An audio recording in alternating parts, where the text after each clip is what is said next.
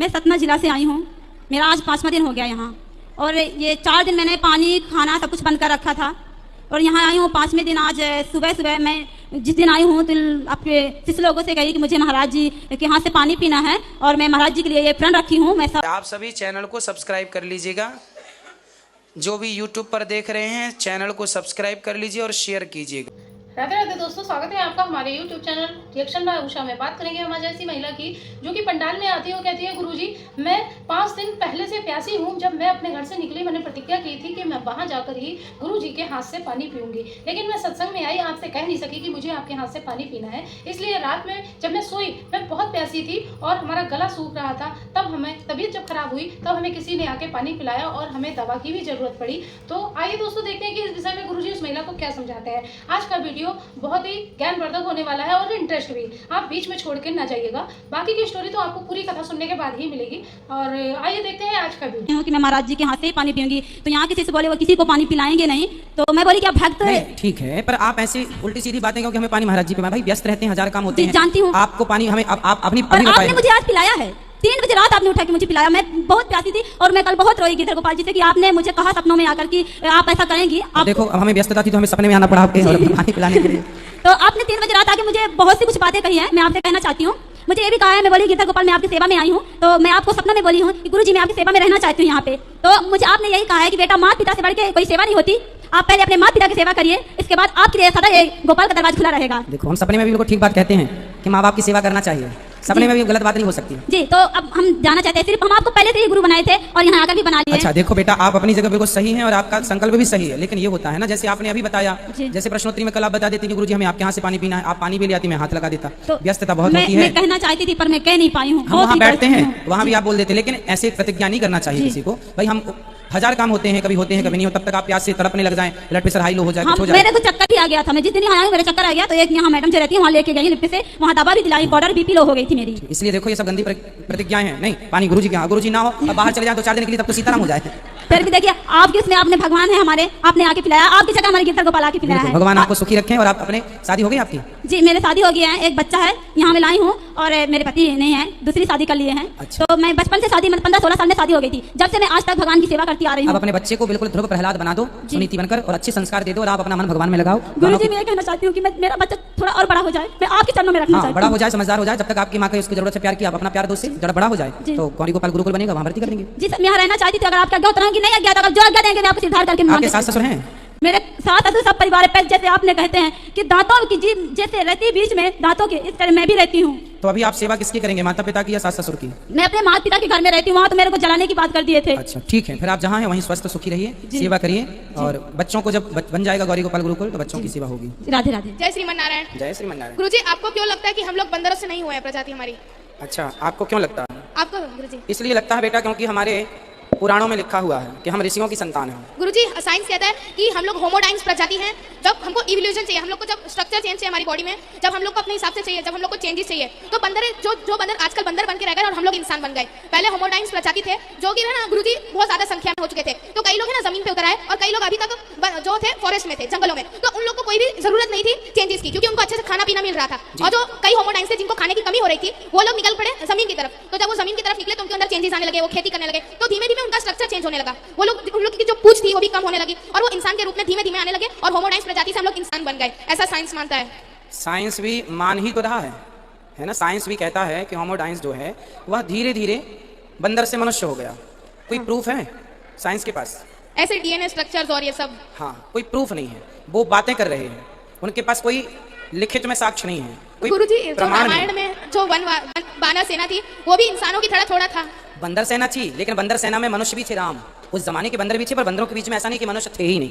आपने ठीक कहा कि बंदर सेना थी, पर बंदरों के बीच में राम जी तो थे। राम तो मनुष्य थे, विप्र ध्यान सुर संतहित लीन मनोज अवतार।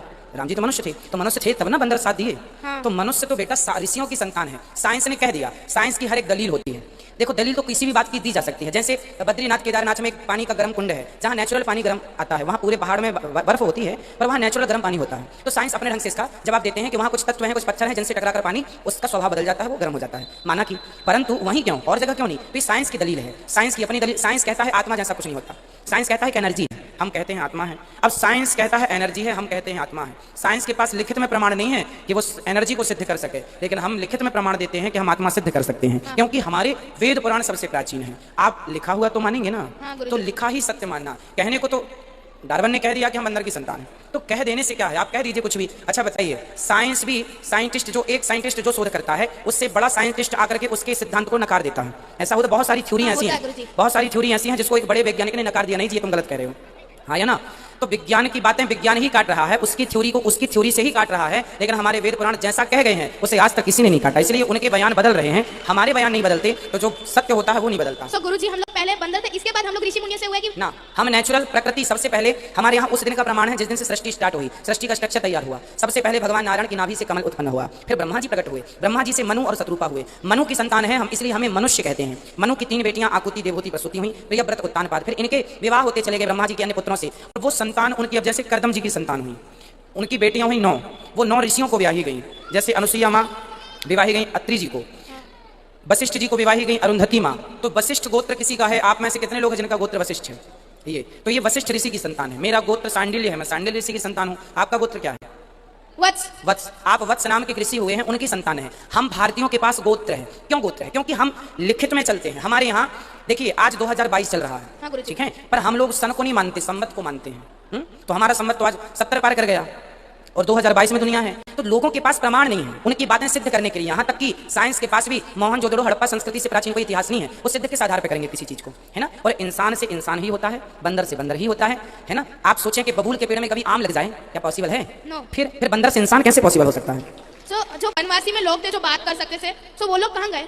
आज भी हैं, छत्तीसगढ़ के जंगल में चले जाइए, आज भी वहाँ पर बिना कपड़ों के रहने वाले लोग, जंगली लोग आपको आज भी मिल जाएंगे, धनुष बाण चलाने वाले। थैंक यू गुरुजी, मेरे प्रश्न का आपने वो सॉल्व कर दिया। सो राधे राधे गुरुजी मेरा। जी राम, राधे राधे। मैं महाराष्ट्र से हूँ। क्षत्रिय ब्राह्मण रहते हैं महाराज। क्षत्रिय अलग होते हैं, ब्राह्मण अलग होते हैं। ब्राह्मण, क्षत्रिय, वैश्य और शूद्र 4 भाग हैं हमारे यहाँ जो व्यवस्था के लिए बनाए गए थे। कि हमारे इधर एक क्षत्रिय रहता ब्राह्मण है कि एकादशी के बाद दूसरा दिन आता है ना ऊपर छोड़ने का, तो मैं उनको दान देना चाहती थी अनाज।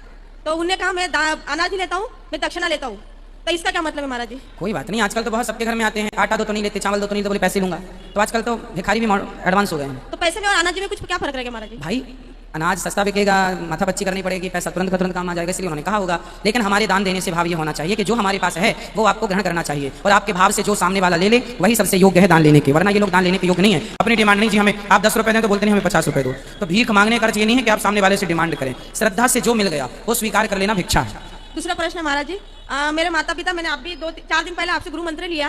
मैं पहले से ही मांस मछली पहले से ही नहीं खाती हूँ, बचपन से नहीं खाती हूँ, क्योंकि मेरे माता पिता सब खाते हैं, मगर मैं उनके घर पे जाती हूँ तो उनको बुरा लगता है, तो उनका घर का मैं अनाज नहीं खाती हूँ। तो उसमें कुछ नहीं, आप जाना आना बनाए रहिएगा। खाना पीना बोल दिया करिए कि आप मांस खाते हैं, इसलिए मांस खाने के नुकसान उनको बताओ तो वो भी छोड़ देंगे। नहीं समझते महाराज जी, उनको फिर कथा सुनवाना। कथा सुनते अभी थोड़े सुन रहे हैं, मगर वो क्या बोल रहे, तू इतना बड़ी हो गई है, तेरे को इतना घमंड आ गया, हमारे यहाँ पे आ रही खाना नहीं खाते, मम्मी ने इतना प्यार से खाना बनाया। मैं बोली वो खाने में बोलना, उनसे बोलना कि हमारे लिए खिचड़ी बनाया करो, तो आएंगे खाएंगे। मछली बना के परोसे तो कैसे खाएंगे? तो उनका घर का खा सकते महाराज जी। हाँ, तो जो सामान्य है, अब भाई आप अपने घर में कुछ भी खाएं, पर जब हम आए आपके लिए बोल रहे हैं, जब आप जाएं तो वो बोलें कि आप हमें सादा दाल चावल सब्जी रोटी बनाया करो, तो हमारे करेंगे। राधे राधे। एक क्वेश्चन है मेरा, परशुराम जी पंडित थे तो उन्होंने अस्त्र और शस्त्र क्यों उठाए? उनका अवतार ही हुआ था। राम जी भी तो भगवान हैं। वो तो क्षत्रिय थे। अच्छा, भगवान तो देखो भगवान होते हैं, भगवान की कोई जात नहीं होती।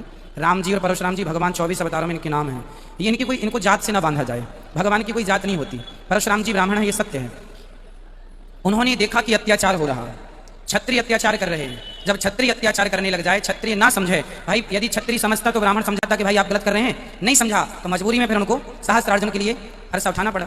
हाँ, लेकिन ब्राह्मणों के लिए अस्त्र उठाना ये है नहीं। वो ब्राह्मण समझिए, वो भगवान हैं परशुराम जी। उनमें सामान्य सामर्थ्य को नहीं दोष गोसाई, सामर्थ्य को उनको, जैसे महाभारत के युद्ध में गुरु द्रोणाचार्य जी ने भी युद्ध किया, तो गुरु द्रोणाचार्य जी तो खुद ब्राह्मण है, तो उन्होंने युद्ध क्यों किया? जहां धर्म की रक्षा के लिए आपको अस्त्र शस्त्र उठाना पड़े तो वहां पर ब्राह्मण क्षत्रिय नहीं देखा जाता। देश की रक्षा जिस प्रकार हो करना चाहिए, उस समय का वही धर्म होता। धन्यवाद गुरुजी। एक और है गुरुजी, 84 का चक्कर लगाकर मनुष्य जन्म मिलता है, फिर भी मनुष्य दुख क्यों पाता दोबारा आने के बाद?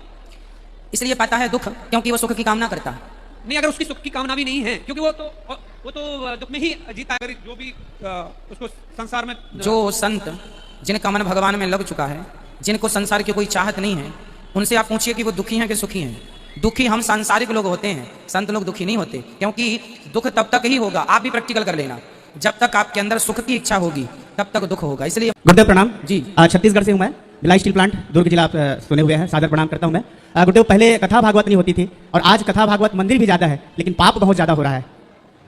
थोड़ा से आशीर्वाद पाप ज़्यादा हो रहा है जी। आपको क्या लगता है, पाप आज ज़्यादा हो रहा है कि पहले पाप ज़्यादा था? अभी ज़्यादा हो रहा है ऐसा लगता है। अभी यदि हम उस दौर को देखें जहाँ मनमाना होता था, पहले की अपेक्षा आज लोग ज़्यादा धार्मिक हो गए हैं। पहले की अपेक्षा आज लोगों में ज़्यादा धर्म को लेकर जागरूकता आई है। तो पहले की अपेक्षा आज लोग धर्म को जान रहे हैं, सत्य से जुड़ रहे हैं। अब रही बात के पाप ज़्यादा क्यों है, तो पाप और पुण्य का जोड़ा है। जैसे अंधकार और प्रकाश का जोड़ा है, या तो अंधकार रहेगा या तो प्रकाश रहेगा, तीसरा कोई ऑप्शन नहीं है। उसी प्रकार पाप और पुण्य, भगवान के हृदय से धर्म का जन्म हुआ और भगवान की पीठ से अधर्म का, पाप का जन्म हुआ। तो ये पाप और पुण्य भगवान के ही पुत्र हैं, इसलिए ये साथ में ही रहते हैं। जहाँ पाप ज्यादा है वहां से पुण्य भाग जाता है, और जहाँ पुण्य ज्यादा है वहां से पाप भाग जाता है। तो अब ये देखना यह है कि हम किसके साथ हैं। राधे राधे महाराज जी। संसार में भैया सब कुछ है, अच्छा भी है बुरा भी है। हाँ, ये कलयुग है, इसलिए माना कि यहाँ पाप ज्यादा है, पर धर्म भी है, पुण्य भी है, उसके बल पर ही सब टिका हुआ है। अब आप अपने को ये देखना कि हम किसके साथ हैं, पाप के संग या पुण्य के संग। जन्माष्टमी को जन्म हो गया, उसके बाद तो जन्माष्टमी को तो बहुत बच्चों का जन्म होता है। नहीं, वो तो होता है, पर मेरे को समझ में थोड़ा सा कम आ रहा है। थोड़ा सा क्या समझ? ये नहीं आ रहा कलयुग में ऐसा भी होता है क्या आजकल? क्यों कलयुग में अष्टमी को जन्म नहीं होता? नहीं होता है, पर वो आगे आगे ऐसे चीज अच्छे होने लग जाता है ना। फिर क्या अच्छा हो रहा है आपके साथ? अच्छा ये हो रहा है कि मुझे कुछ भी नहीं सोचता, संसार से मुंह हट गया, कुछ भी नहीं दिखता। सपने में भी आते हैं, जो सपने में अजीब अजीब तरह के सपने आते हैं। कुछ सपने में भगवान जी आते हैं कि नहीं? सपने में भगवान जी तो आते हैं, सपने में मृत्यु भी हो गई है आपकी। हाँ, तो स्वयं का मरना सपने में देखना शुभ होता है, उससे हमारी आयु लंबी होती है। और मौत भी होने के बावजूद पहाड़ों में घूमता रहता हूँ मैं, विचरण करता रहता हूँ। फिर राधा रानी दर्शन देती है, फिर कहती है कि आपको गुरु वृंदावन मिल गए, वहाँ जाओ, वहाँ जी की सेवा करो थोड़ा सा। ऐसे ऐसे मेरे साथ घटनाएं होती रहती है। अच्छा है, तो आपको राधा रानी वृंदावन बुला लिया, अच्छा तो है।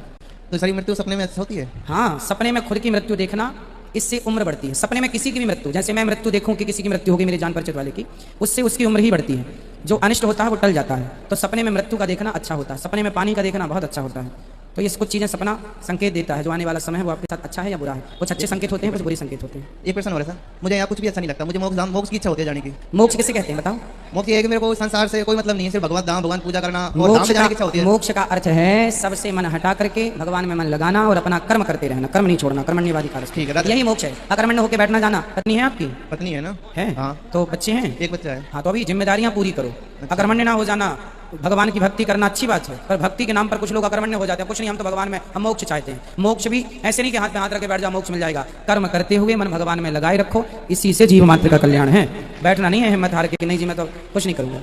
सर एक वो गाय थी सर, गाय पालते थे है ना, तो क्या है कि एक बच्ची आया, थोड़ा सा अज्ञान वैसे वो मर गई आपसे। हाँ, क्या मैं गाय को सेवा करता था पहले। तो कैसे मर गई आपसे गाय? वो क्या है कि मैं वैसे पत्थर वैसे फेंक रहा था दूर उनको हटाने के लिए, उसके सिर में लग गया और वो मर गई। तो तेज से मार दिया था? नहीं, धोखे से लग गया। फिर उसके बाद में फिर मैंने सोचा कि मैंने कि गाय खूब बाद में सेवा भी करी, और गौशालाओं में भी मैं थोड़ा गायों को चारा वारा खिलाता रहता हूँ। गायों की सेवा करते रहिएगा। यदि पत्थर मारने से गाय मरी है तो वो गौहत्या ही है। पर वो क्या है, मुझे उस समय ज्ञान नहीं था। ज्ञान नहीं था, जानकारी बिल्कुल भी नहीं थी, बिल्कुल कुछ भी नहीं था, धार्मिक से नहीं जुड़ा था। आप अपने आप को भगवान से जोड़ के रखिए। भगवान बड़े दयालु हैं। भगवान कहते हैं जो मेरी शरण में आ जाता है तो करुणा पाप करके आए मैं उसको क्षमा कर देता हूँ। सनम खवाई जीव। तो देखा दोस्तों, आज की वीडियो आपने पूरी देखी और सुनी। जैसे कि उस महिला ने इस बात का संकल्प लिया कि मैं घर से वृंदावन जाऊंगी, इसके बाद गुरुजी के हाथ से ही पानी पीऊंगी। इस विषय में गुरुजी ने यही समझाया कि कुछ जो संकल्प होते हैं वो गलत हो जाते हैं, क्योंकि वृंदावन में जो है इतने सारे लोग होते हैं, 50 काम होते हैं, जो हर एक इंसान पर गुरुजी ध्यान नहीं दे सकते। लेकिन कहते हैं अगर आपने कोई बात स्पष्ट कर दी तो क्या पता गुरुजी हमारी सुन लेते, या वो हाथ लगा देते, आप पानी पी लेते और आपको इतनी देर तक प्यासा नहीं रहना होता। लेकिन कुछ बेवकूफ़ी के कारण लोग परेशानी में भी आ सकते हैं। तो दोस्तों ऐसा संकल्प ना लीजिए जिससे कि सामने वाले को भी अच्छा ना लगे और आप भी किसी तबीयत खराब के चक्कर में आ जाए। लेकिन दोस्तों आज की वीडियो से आपको जो भी ज्ञान प्राप्त हुआ हो आप हमें कमेंट बॉक्स में कमेंट करके बता सकते हैं। और हाँ, अगर अभी तक आपने हमारे चैनल को सब्सक्राइब नहीं किया है तो आप हमारे चैनल को सब्सक्राइब कर लें, हमारी वीडियो को ज़्यादा से ज़्यादा लाइक व शेयर करें, कमेंट बॉक्स में राधे राधे लिखना ना भूलें। मिलेंगे किसी ऐसी ही अन्य वीडियो के साथ, तब तक के लिए राधे।